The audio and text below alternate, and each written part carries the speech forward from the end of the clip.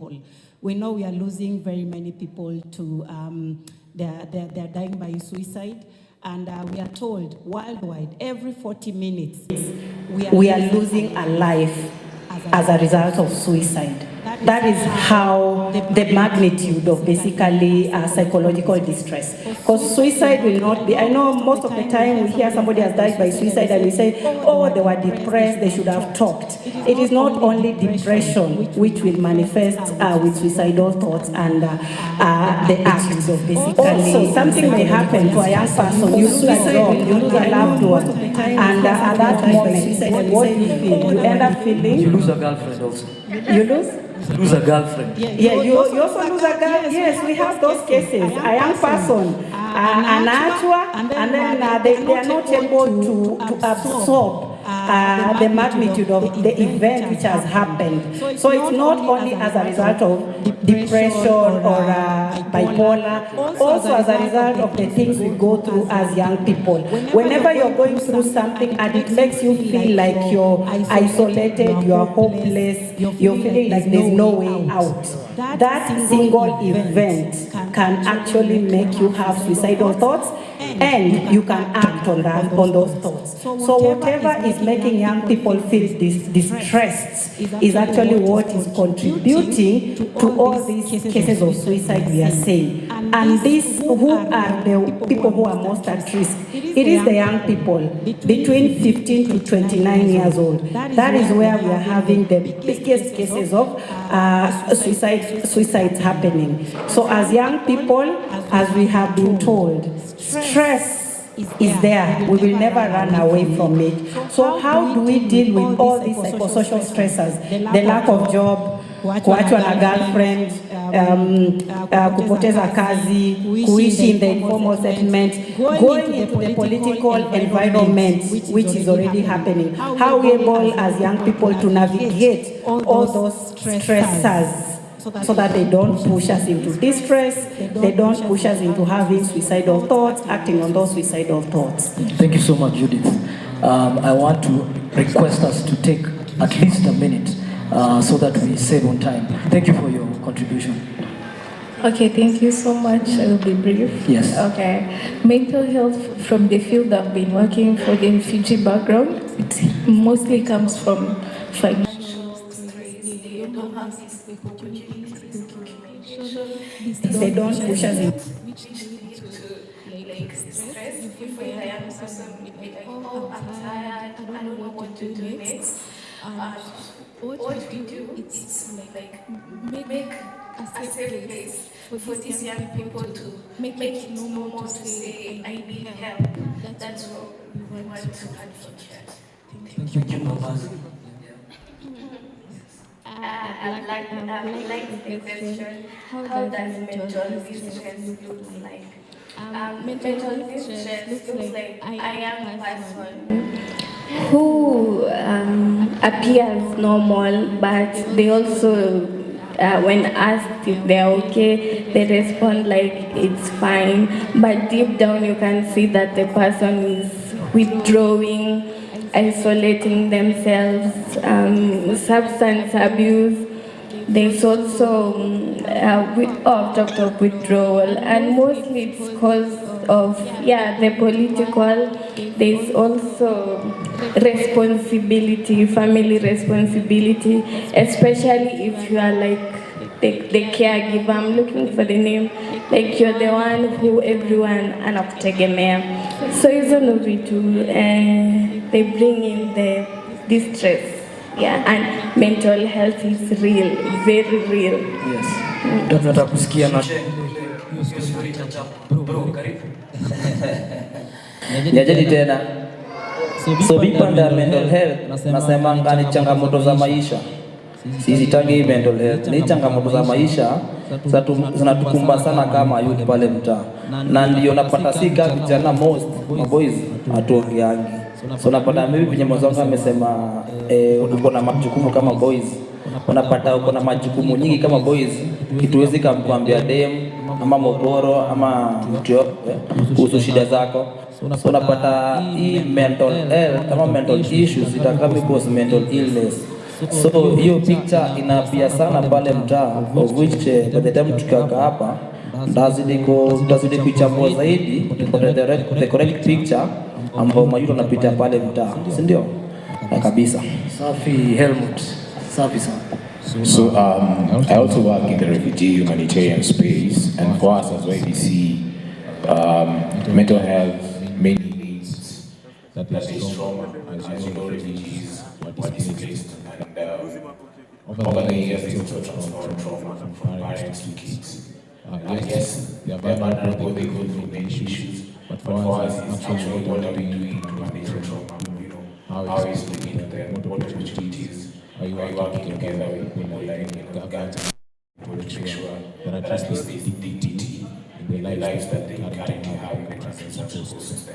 I think that's it for us. Even our programs, just the center that we run, with the referrals that we do, working with also the host communities, is to basically make sure that there is an understanding of exactly who a refugee is, so that we don't end up traumatizing them or profiling them more. Thank you. Thank you. We just keep it there. I just want to ask you the second round of questions. I think we'll make it like maybe 3 or 4, yeah, so that we save on time. Dio, thank you for really representing youth voices. I wanted to ask, nataka kuongelea story ya job na wira na livelihood, because at the end of the day, if you are not having time to make money, then you're not making money. You know, the job market cannot absorb everyone. We are aware that hata tukisema serikali tupatie job si wote haitaweza. Tukisema private sector tupatie job kila mtu haitaweza. Pia kuna level ya tunajitengenezea job, si ndio? Yeah, so I wanted to ask Dio and everyone in the panel, if we accept that the era of just going for employment and jobs, that era is dead with the advent of AI, na tech, na agribusiness, how do we move from a culture of job seeking to a culture of opportunity creation? Welcome. Thank you. I think this question is very timely because just last weekend we were somewhere in Nakuru with some of our alumni from our programs. We usually take them to a digital course, they learn web development and other issues. And we are honored to have someone from California, who does a lot of tech. And they were having them go through an AI masterclass. That's why I'm saying this question is very timely. Yeah, so I think for us as YDC, we are not seeing that there is no really opportunities, but I think in the globally there's a shift.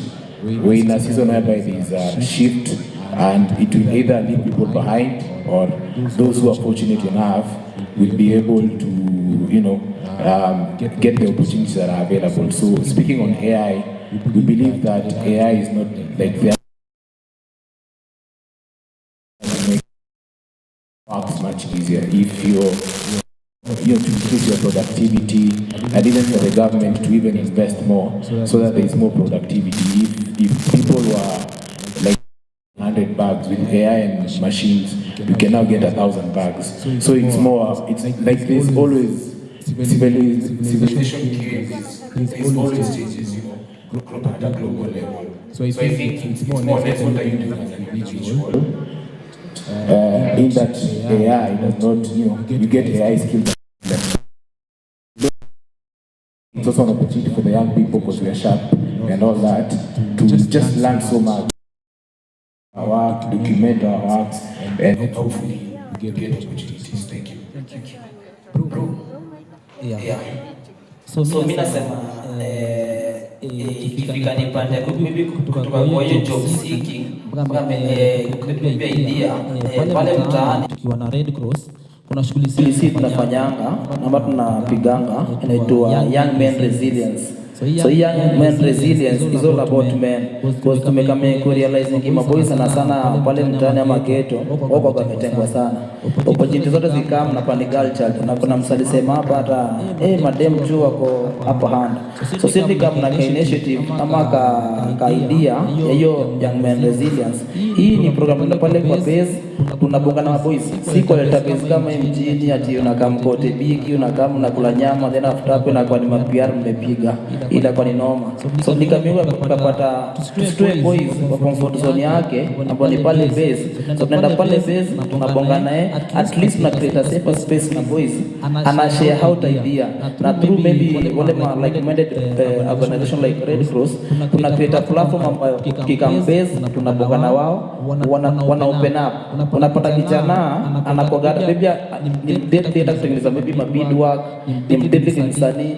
So unapata through Red Cross na organization yote ama msanii yote kwa pale mtaa anakambiza na kupanga nao na mshika mkono. So unapata ukijana kuna mabuzo huko utakwenda kwa monji hivyo. Ndokuliza monji baada kuonesha mabuzo ina seek opportunity. So unapata mimi kama youth na create hiyo bridge ya boys na chief zile opportunities ziko because kuna boys hapo comfort zone. So ni mimi kama kijana mwenzao nile nimuoneshe aje bda kuna opportunity unaweza see kuna organization inafanya kitu kama hii. So hoja organization inaenda na mkuta pale na ofisi wanatekelezwa na bongo na kama tena kwa rais na tumefanya resource imaimewa. So mimi si lazima kijana atoke na kama so nakupa masai at the end of the day lazima connection hata wasanii kama unamsa kushika mkono kwa sababu kwa unaona. So unapata mimi kiwapo ndani unaongea mse unapoenda sawa unapata kama ile Red Cross maybe mse kama wewe ameshika chini pia bado unaona. So nikienda pale niponge na mse kama huyo ana kama na bwana boys uzo amepatch tu kwa rahisi na mambo inakuwa sawa kabisa na imewaka kabisa.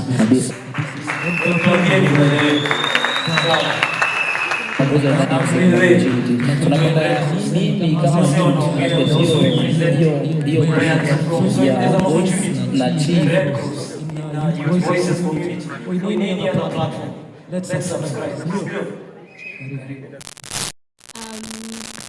Me na community, I'm working directly with in the informal settlement, which is my direct.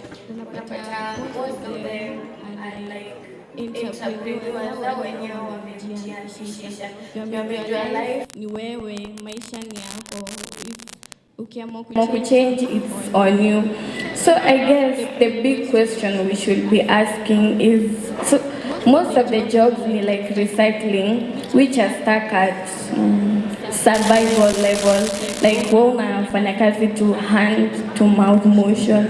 So the big question we should be asking ni how tunaweza wapatiaje chance ya kumarket their stuff.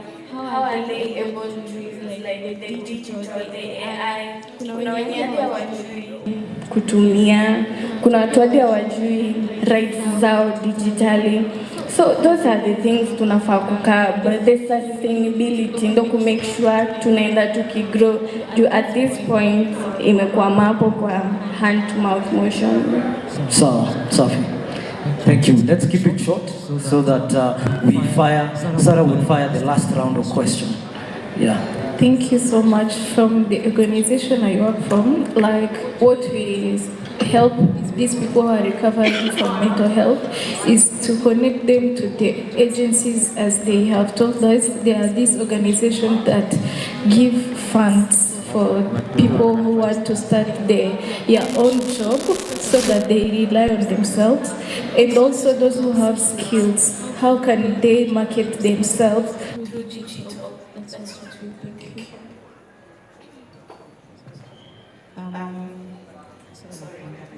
It's okay. I understand your area is strong in that area. Yeah. So for us as a movement, we normally say information is power. But beside information being power, how will young people get this information? So